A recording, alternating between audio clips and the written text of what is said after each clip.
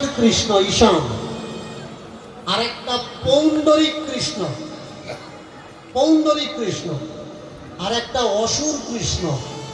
এই হচ্ছে চারটি কৃষ্ণ, যাকে বর্তমানে আমরা যমুনা বলে জানি। ঋগ্বেদে এই যমুনার নাম উল্লেখ আছে অংশুমতী নদী হিসাবে। এই অংশুমতী নদীর যিনি কৃষ্ণ, বৃন্দাবনের কৃষ্ণ, ঋগ্বেদ দশম মণ্ডল, ঋগ্বেদ প্রথম এবং দ্বিতীয় মণ্ডলে স্পষ্ট উল্লেখ আছে এই অসুর কৃষ্ণকে দেবরাজ ইন্দ্র হত্যা করেন 10,000 সেনা সমেত, আর জীবন্ত জ্বালিয়ে দেন যমুনা নদীর তটভূমিতে, অংশুমতী নদীর তটে। কিন্তু ভাগবতে আসলে দৃষ্টান্ত পাওয়া যায় ইন্দ্রকে দমন করছেন কৃষ্ণ, বৃন্দাবনের কৃষ্ণ। কেন? গোবর্ধন পূজার মাধ্যমে। মহাভারতে আসলে পরিচয় পাওয়া যায় পারিজাত পুষ্পের জন্য, রুক্মিণীর কারণে ইন্দ্রকে তিনি দমন করছেন।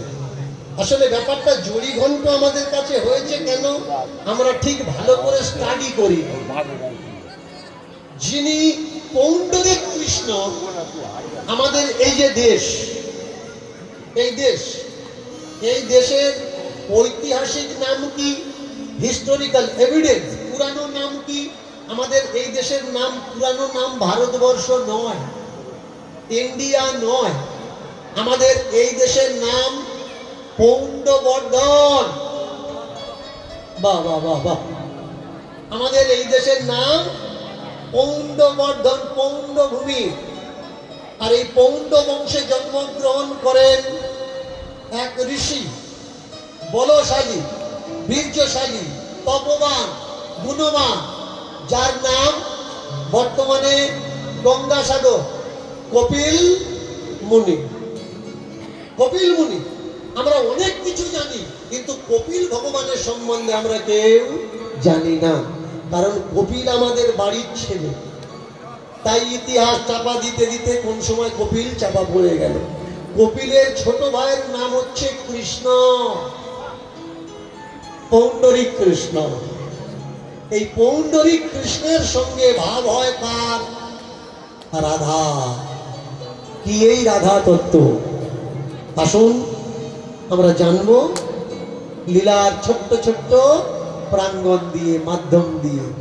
রাধা শুধু তত্ত্ব নয়, রাধা হচ্ছে তত্ত্ব।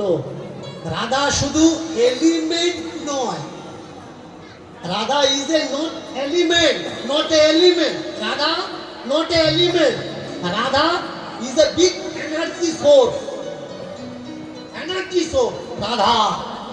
এই রাধা আজকে তাকিয়ে দেখুন, আমাদের মনোহর দাস,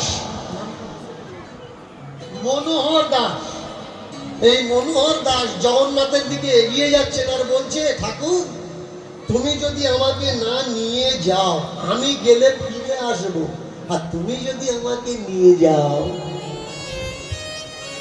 আমি আর ফিরবো না, তোমার বাড়িতে থেকে যাব।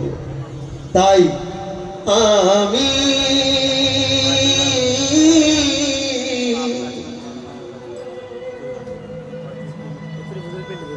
তোমার কাছে থেকে যাব, আমি তোমার কাছে থেকে যাব। জানি না কখন আর কোনদিন, জানি না কখন আর কোনদিন মানব জনম নাকি পাবো, পাবো। আমি তোমার কাছে থেকে যাব।